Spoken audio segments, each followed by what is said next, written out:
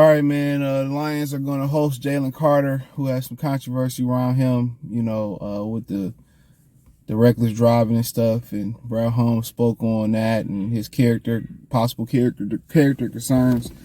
Let's talk about it. Check out Detroit Lions Talk playlist. Thumbs up the video, share the video, subscribe to the channel. And the subscribe button is the bell icon button. Hit all notifications. Increase your chance.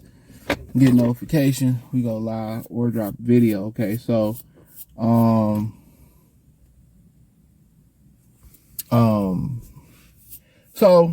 Brad Holmes went into it and said basically, I will put on the screen, but something wrong with the app I'm using, so I don't know. But basically said he wouldn't be, proud of some of the things he did in college. He was talking about how parts of the brain, he looked at a study and seen that parts of the brain are still developing at that age. He talked about how football characters pretty much at the top of their board. Work ethic, love for the game, passion, that's number one for them. How much you love the game and how you committed, pretty much you committed to the game. That's pretty much what he said in a nutshell, paraphrasing. So, obviously he made a mistake and I'm right with him. I made a lot of mistakes, around that kid's age that, you wouldn't be proud of. You want people to know. One thing about social media, bro, they got a huge issue with shaming people for their shortcomings and making mistakes or whatever it is, or having a bad day, tripping, falling, whatever it may be in public. And, you got people who did the same thing or who guilty of doing the same thing, casting stones, and they living in a glass house. And that's one thing that I had to learn on social media is that, especially on YouTube, every comment don't deserve a reaction. You could be arguing with a robot. You could be arguing with somebody who just trolling or got their mind made up. A thread on YouTube is never going to probably lead, or just in general on social media, it rarely leads to a healthy debate. If you looking to pass time and looking to cast chaos and hell on somebody's life, more than likely that's what you're going to find in the comment section. So I don't go back and forth with people, bro. If it ain't like I really don't know you, or if it ain't really a constructive criticism, I just look at it, or I just block it, or I keep it moving, I block it. But these people swear they are saints. They never did nothing wrong. They never committed a sin. They never DUI. They never sped their car. They drove their car fast. Everybody younger did something like that, So like I said, I don't get into it. Bro. Like, I made mistakes. Now, some stuff just like, like, damn, you that stupid, but nonetheless, and they want to know where his passion for the game and his work ethic, his motor, that's pretty much, they seem like they want competitors, guys that love playing the game. And when you love what you do, it's easy to do it, even when it get tough. Some people that don't love what they do and it's easy, but they ain't fulfilled, they ain't happy, they ain't invigorated, nothing. When you do something and you actually like, you don't have to per se like it, love it, but you like doing what you're doing, and it's different. When you wake up and say, man, I got to take these kids to the basketball game, and I just got off an 8-hour shift, but you do it and you don't mind doing it because you love your kids. I gotta wake up and go at my shift, or you dread going to work and work stressing you out and like that. Like, no, you need a career change.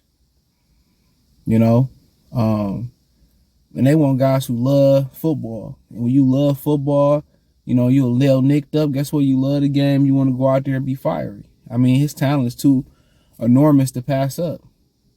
And everybody falling in love with combine darlings because they ran fast and this, that, and the third. The Lions need somebody. They got Zorky, but shit, I think a lot of people then jumped off that boat long ago. I think some people then jumped off that boat long ago. So, but you need somebody that could do it all. You need somebody that can push the pocket. You need somebody that can stop the run. You need somebody who a three down lineman, an interior. And they don't have one like him. Really, when you look at it, they don't really have nobody you respect on it, like as a true defensive tackle that you respect as a pass rusher. But when I can get a pass rusher and somebody who can stop the run in one body, that's just hard to pass up. It's a rarity. You know, they could go out there and try to trade for that Jeffrey Simon guy. I would, you know, but if I can get Carter at 6, you know, well, I pay him big money. I mean, he's a known commodity, the Simon kid. But knowing what Carter can do and how physically freaky he is, that's kind of what the defense is missing, bro. They missing a bunch of athletes up in the front 7. They still need to get more athletic there at the inside linebacker position. But also, you missing somebody that you have to account for on the inside, you know. And it's hard to account for some the dude. It's the best type of pressure is to get straight up the middle. That's why Warren Sapp was so important to that Tampa 2 system they ran in with the Bucks. And then you look right up the middle of the defense. What's the next thing that stand out after Warren? It was Derrick Brooks. You know, that inside linebacker in that defense is very critical. I mean, Urlacher, Derrick Brooks, you got to be athletic.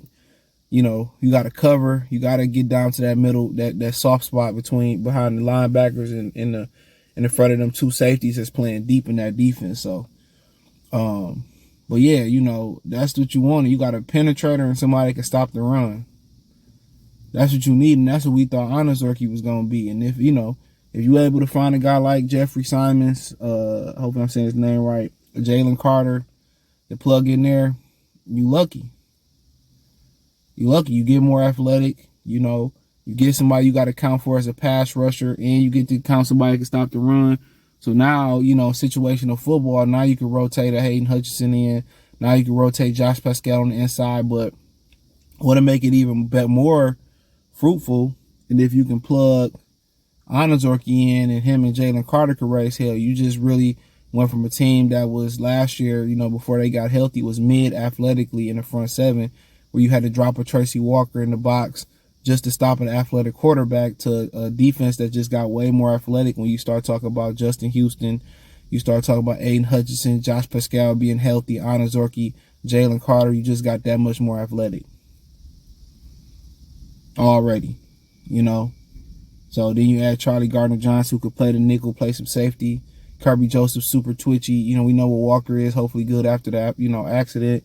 And then I think you would be looking at the Lions probably taking Jalen Carter, and then I think if they can get him. But then I would think you probably be looking at them probably taking the corner. I wouldn't rule them moving back up to get the corner they want. So I kind of think that's the strategy. But yeah, I mean, people make mistakes. A lot of people try to say, well, you know, Nick Fairley, this reminds me of Nick Fairley, and you know, Nick Fairley went to JUCO first and then came to college. So there was already red flags that he wasn't taking his education serious. But he was so good and so dominant at Auburn, it was hard to ignore. And obviously, you know, his shining moment was that one game versus the Saints where Dominican Sue was suspended for stumping my man arm, I believe it was. And he shined that game, but that was it. So it is be wary. When you get about guys over 300 pounds, football character, you know, obviously you want him to be a great human being, but his football character is very critical, because if you're going to stop working, if you're going to stop, you know, you're going to get this money and get lazy and do more stupid shit and stop working and be out of shape, you know, your background scream that, and you ain't going to be able to handle what come with the money and what come with the family and friends and balancing that life, then no, not at all. Most people going to say, most teams going to say, I ain't sign up for that. So you want him to, you know, hopefully it's no issues with his weight in college, no other issues. If his work ethic good, you know, and that's a lot to deal with when your freedom on the line, bro. When somebody died, you know, you look at that incident and they probably raced 1,000 times, right? And you know, one thing I think I was insensitive to, I think somebody passed away, bro. A teammate passed away. So we just talking about, oh man, why he ain't in shape. You know, why he didn't get out he left the Indianapolis, went to jail, bailed out the same night. We think like, why he ain't in shape? Why he wasn't working? Where's conditioning at? You know, he was just being lazy. We was just like, oh, maybe he was depressed. He worried about his freedom. No, somebody had died, bro. Somebody lost their life. Think about that for a minute. Somebody lost their life. And obviously with them all leaving the same club together, they knew each other and on some type of personal level. outside of the football game, somebody died. Somebody died, bro. So that's depression and feeling like, oh man, if we never raced, this never would have happened. And think about if he the one that suggested the race, how that sit with you. That sit on people. It's hard when you talking about death. I done seen people like whole lives stop. Time don't stop. And I done seen people that say, well, you just got to deal with death, and I'm not gonna change the way I think, and it is what it is. It's a part of life. Well, you lose somebody in that fashion, and you might feel you responsible. Or what if we didn't go? He didn't want to go. I dragged her. She didn't want to go. Everybody in from a different point of view. You struggling, and everybody, oh, you'll be all right. You'll make it through, and call me if you need me. Everybody, but you that person that's struggling, whatever you battling, you going through it. Ain't too many people gonna hold your hand and get you through it, bruh. People just gonna pray for you, hope for the best, pulling for you, but you gotta remember too, you come out better on the other side. It's light. It's always light at the end of the tunnel. It's night. It could be night, and in Alaska, stay night at some parts of the year. What months, weeks, but it's gonna be light again. But I ain't think about that, from that aspect point of it. Somebody passed away, and somebody family, and somebody could have said something, and probably was depressed, bro. And that's somebody you probably called your brother. Yeah, so I can kind of see it. And some of us get a warning shot. Some of us, he probably could have been me. Some of us get that wake up call, and we straighten out and get it together. Sometimes you need that near miss, to put shit in perspective. So I ain't think about it from that, but like I said, you gotta sit down, meet with him. You can see his energy. You can see if he got manners. See, get the coaches talked about what the coaches say about him. What his professor said about him. You're gonna do the whole nine. So. Let me know what you girls and guys think. Thumbs up the video, share the video, subscribe to the channel. The subscribe button is the bell icon button. Hit all notifications, increase your chance. Get notifications. We go live or drop video. Financially, want to support the channel. Cash App, $, CJ Good 313, Venmo, CJ Good 313. PayPal link in the description. Hit the link tree. Find me on Twitter, Facebook, Instagram, Spotify, Anchor, Cash App, Venmo, PayPal, Apple Podcasts, Google Podcasts, the whole nine. Peace.